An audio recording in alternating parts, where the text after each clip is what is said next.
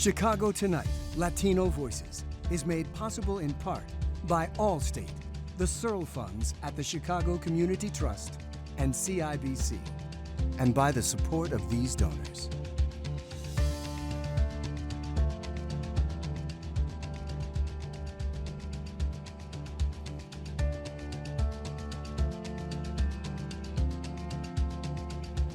Good evening y bienvenidos to Chicago Tonight Latino Voices. I'm Marissa Parra, reporter with CBS 2 Chicago. Thank you for sharing part of your weekend with us. On the show tonight, local medical professionals share the latest recommendations on COVID-19 booster shots and what's being done to address lagging vaccination rates in Latino communities. Plus, a group of students kneel to a Spanish song at their high school dance. We have more from the student that captured that moment on video. And a first-generation Mexican-American woman who fights fire with fire, and meet a local professional softball player and hear about her journey to inspire other Latinas to go pro. Who is not fascinated with the cosmos?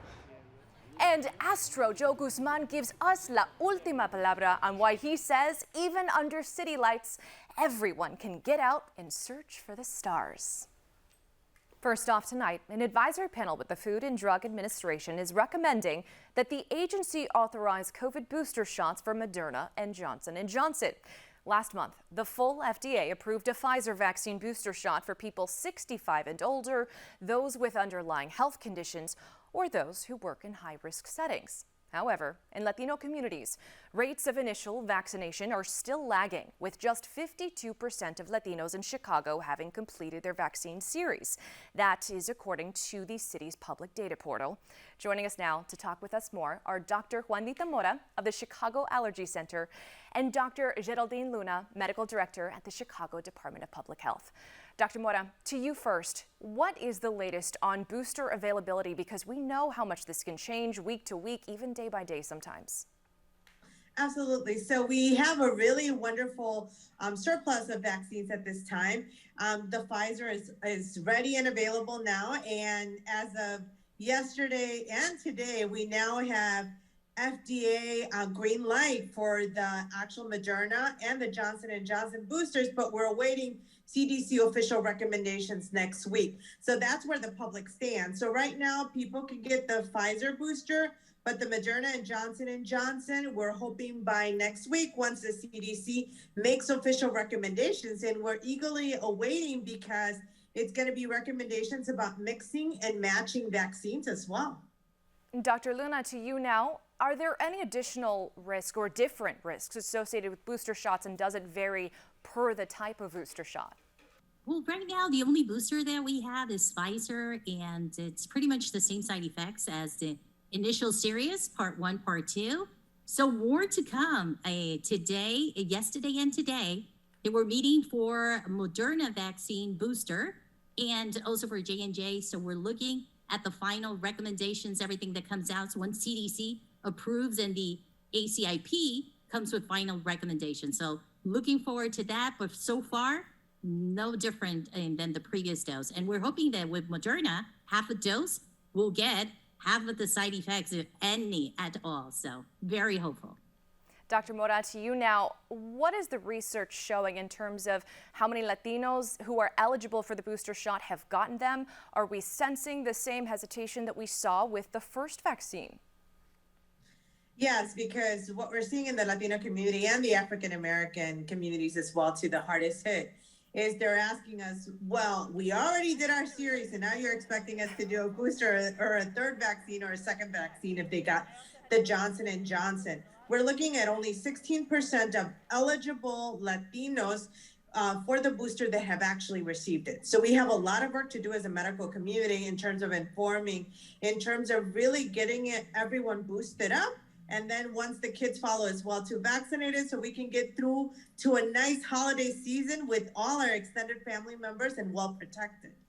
Dr. Luna, does that concern you? And are there resources for Latinos in Chicago who might be interested, who might be on the fence, or might still have questions about the booster shots?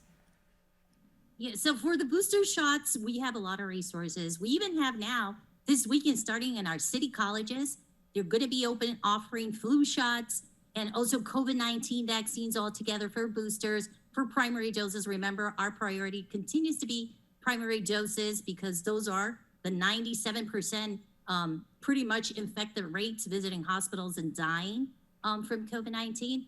But in addition to that, I would say that in our boosters, we're lagging a lot in our 65 years and older. And that's the group that receives the most benefit of getting this vaccination. Perhaps only 16% of our seniors have gotten booster shots. And it's pretty much the same age, which is responsible for breakthrough cases. So we have right now our Neighbors for Life initiative for campaigning for seniors, in which we're offering boosters to. And we have also Protect Chicago 77, which is a new initiative trying to have our 77 communities 77% vaccinated. And this includes booster for those breakthrough cases. Again, breakthrough cases are not the majority of our cases. So our priorities continues to be those first 1 and 2nd doses if we're following a series of 2, or Johnson & Johnson primary doses to get people vaccinated against COVID-19. All good information and very helpful for people at home who might be wondering. Dr. Mora, to you now, what do we know about how long the immunity from a booster shot lasts? So at this point, we know that, for example, the series of vaccinations that we already get, the first and second from Pfizer, or the first and second from Moderna, or the one Johnson & Johnson, lasts us a good 6 to 8 months. We know the booster vaccine itself, from data that's coming out as well too, should last about the same 6 to 8 months. We're hoping that with the new development of newer vaccines as well too, or these same vaccines, we'll be able to make these antibodies last longer, as well as building up immunity. So with the vaccines, it's like when kids get the first polio vaccine, second polio vaccine, etc., it builds up this immunity or level of antibodies in our body. And we're hoping that the more we actually do, the higher the level of antibodies and the longer they last as well. Okay, this is a good transition to our next question to Dr. Luna. Do we expect COVID-19 vaccines to be recommended annually, similar to what we see with the flu shots, or perhaps even sooner? So it's very soon to predict. Right now, it was the case because we saw these breakthrough cases, especially in those 65 years and over. However, very small cases compared to unvaccinated cases would continue to be 97% of the cases that we get in hospitals and death related to COVID-19. We don't really know. We are expecting and hoping, right, that this third dose would be like for the boosters, whoever needs the booster, the third and only, and for moving on. But it's very unpredictable if because of the mutations of the virus itself. So the longer we have people unvaccinated and the pandemic happening, the more chances we have this virus mutating and needing other boosters or even a new vaccine. We never know. So that's why the call is so strong. Get vaccinated, get now, let's get this over and continue our livelihood pre-COVID times. Our final question, not to jump in here, I just want to give Dr. Mora a chance to say and answer, once children become eligible for that first vaccine, should we expect to see recommendations for them to get boosters as well? Just a few seconds here. So probably not. I'm hoping because they had such high and robust antibody levels in the trials, similar to 16 to 25. Remember, kids make huge immune responses, so they might not need a booster. Our thanks to Dr. Juanita Mora and Dr. Geraldine Luna. A group of high school students were seen on video kneeling during a Spanish song, Payaso de Rodeo, during a school dance this past weekend. Elizabeth Pacheco, a junior at Marist High School, recorded video of the incident and uploaded it to Instagram, where it has since gone viral. Pacheco, soon after, was demanding answers and accountability from both the school and her peers.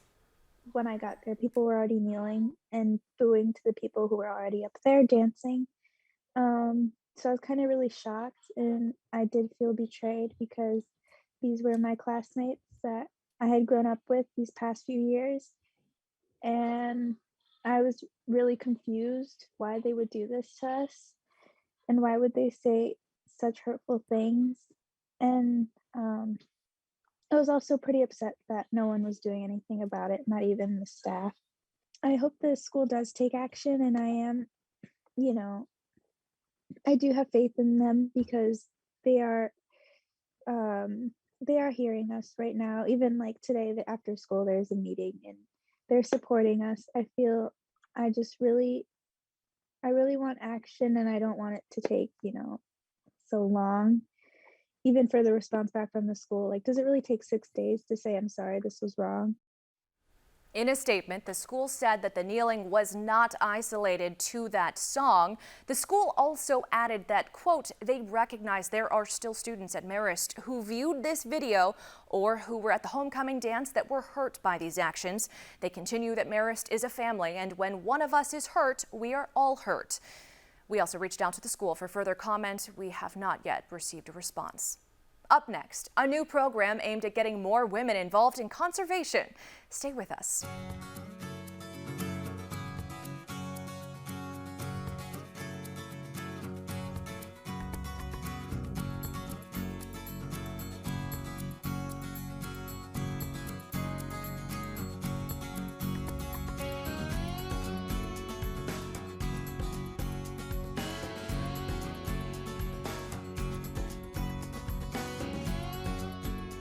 Across the country's west and upper Midwest regions, wildfires have become alarmingly more common.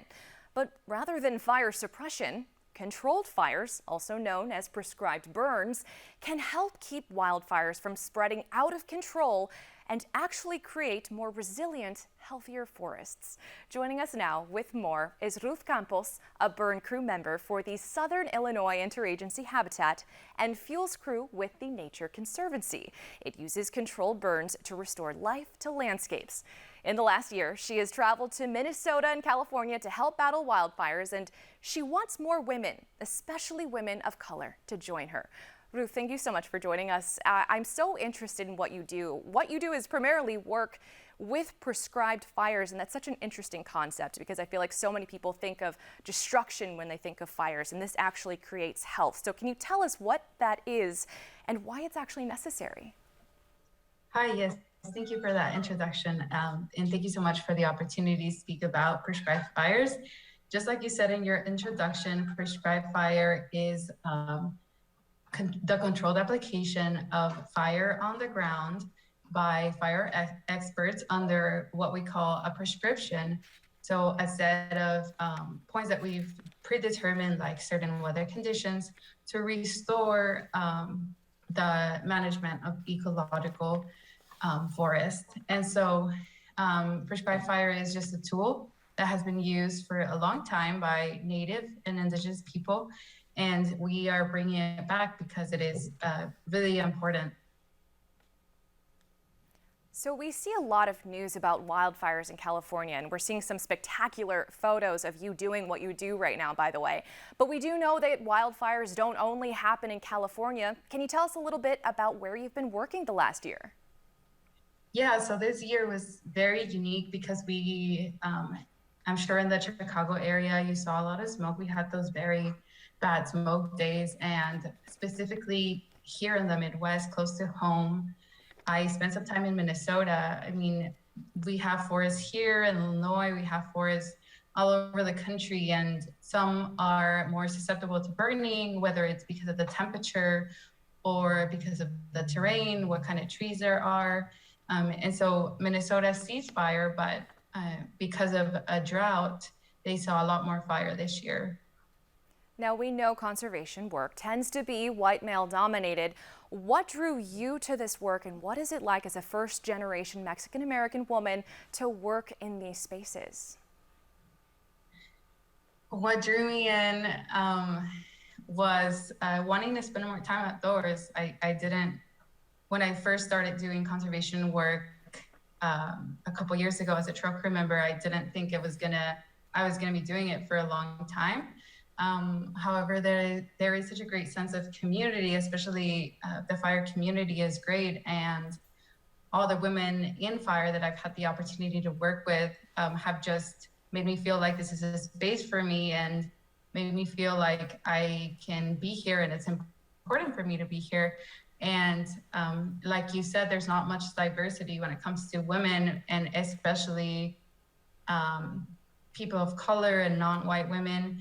So I I think it's important to have more diversity. We have very dynamic and unique jobs when it comes to fire, whether it's prescribed fire or fire suppression. It is not just getting a tool and putting that fire out. We actually have a lot of different problem solving, community building, team building. And so we need a diverse group of people to solve those difficult and dynamic problems. And it sounds like you are actually a part of the team that extends a helping hand to young women. You're a mentor for the Women in Fire program. What do you do as a mentor? And you already told us a little bit why that is so important. Yes, so here down in Southern Illinois in the Shawnee National Forest, we have a program with the Nature Conservancy and the Forest Service that hire yearly 2 women who are fellows. So it's the Women in Fire Fellowship program. Originally, I guess the role of the mentor became kind of an organic role. And it sort of happened just because I was a woman in fire. And it was just such a great opportunity to be with the 2 fellows who are recent graduates from SIU, to just be able to teach them everything that I've learned from other people. And yeah, pass on that knowledge and hopefully have them stay around as well and help teach the next generation of fellows. Our final question to you. What would you say to young Latinas who might be listening, who might be watching, who might be interested in doing what you do? Come do it. Contact me, I'll help you.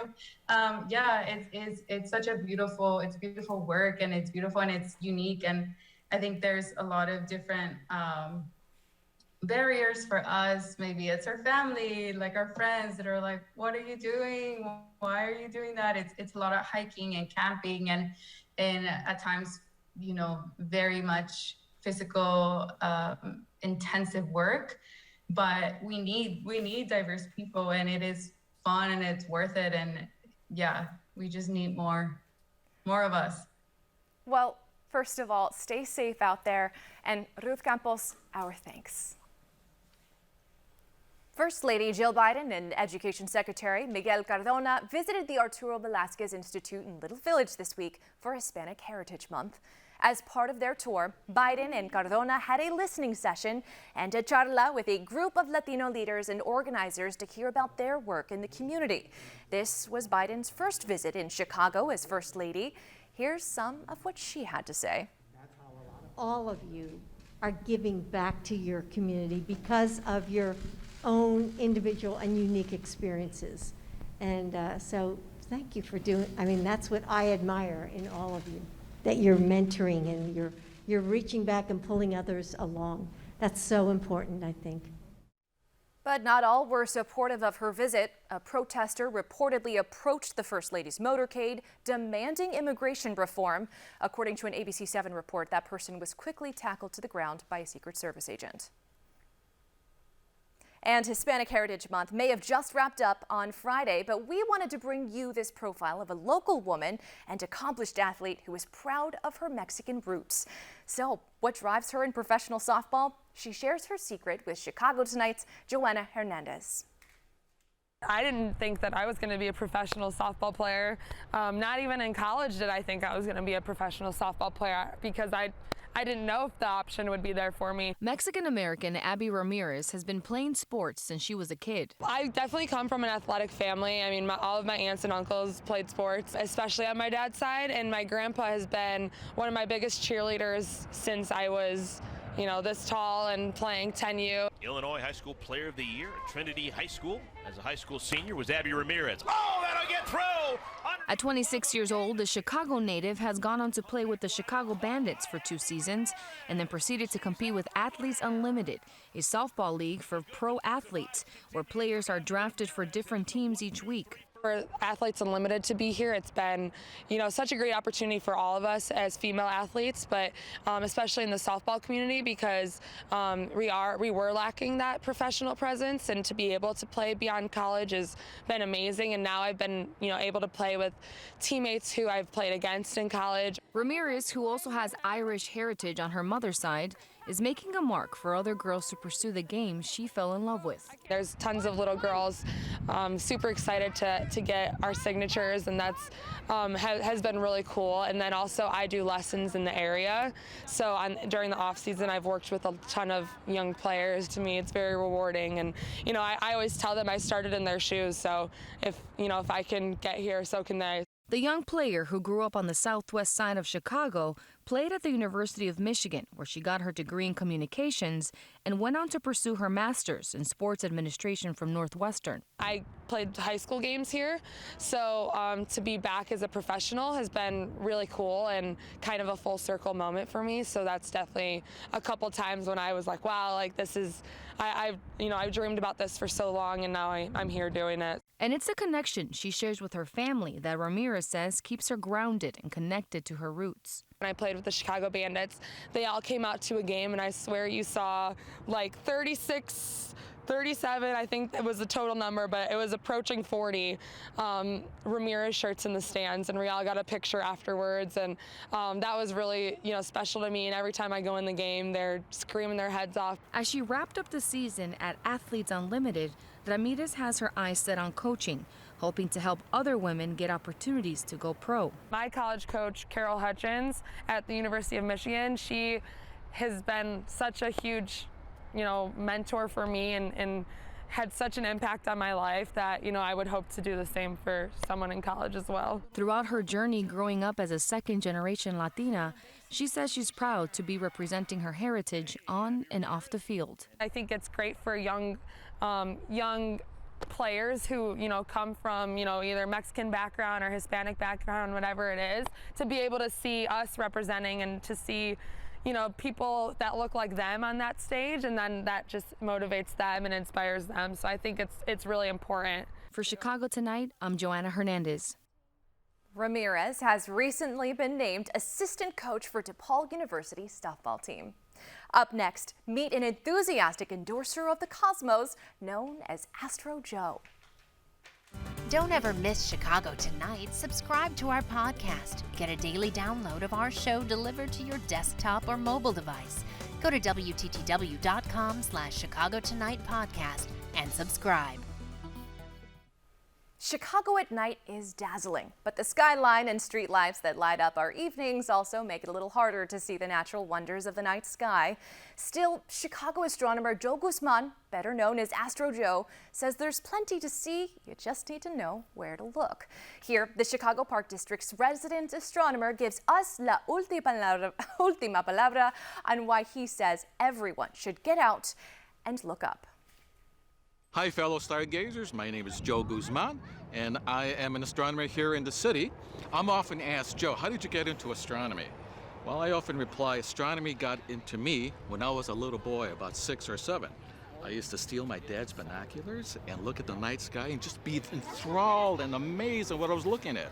And I'm still not tired of it. How can you be tired of the universe? It's where we came from. The calcium in your teeth, the nitrogen in your DNA, the iron in your blood, all these elements were forged in the hearts of stars that blew up billions of years ago. And when we look up in the sky, what we are doing is looking back home from whence we came. I'm Mexican American, but my ancestors were great astronomers. The Mayans, the Aztecs, the Toltecs, all Mesoamerica. They knew about eclipses decades in advance. They knew about the planet Venus. They established their society around that planet. They built their buildings in alignment with the sun, so this snake comes down the staircase on the equinoxes. Fantastic. And I try to instill that very same fascination that my ancestors had to the young generation. And they love it, and they gobble it all up. Here in the city, kids really don't have an opportunity to look through telescopes. Here, skies are free and so are the views. I offer the opportunity for all ages to look through telescopes, look at planets, look at galaxies, binary stars, all of the wonders of the universe firsthand, not on the internet, not in books, but with your own eyes. And everybody's fascinated. When you look at Saturn for the first time, you see the beautiful ring system. Oh my God, we call it the wow moment. And everyone's, oh my God, I can't believe it. The bands of Jupiter, Galileo saw them in the 1600s. I'm showing it to you right here, what Galileo never saw and he wished he did. Who is not fascinated with the cosmos?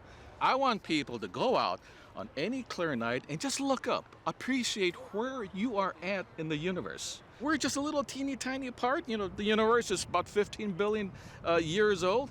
Where do we fit? Well, let's take a moment, step back, and let's explore the universe together and talk about it. The skies are free, and so are the views through my telescope. Just look up. Astro Joe's organization, its Chicago astronomer, hosts free sky watching events all throughout the city throughout the year. More details on our website. And that is our show for this weekend. And if you're watching us on Saturday night, know that you can also catch Latino Voices and Black Voices on Sundays beginning at 10 p.m. And you can catch my reporting on CBS 2 Chicago. Next week on Latino Voices, Araceli Gomez Aldana with WBEZ will be right here in the host chair. Now, from all of us here at Chicago Tonight, Latino Voices, I'm Marissa Parra. Thank you for sharing part of your weekend with us. Stay healthy, stay safe, y buenas noches.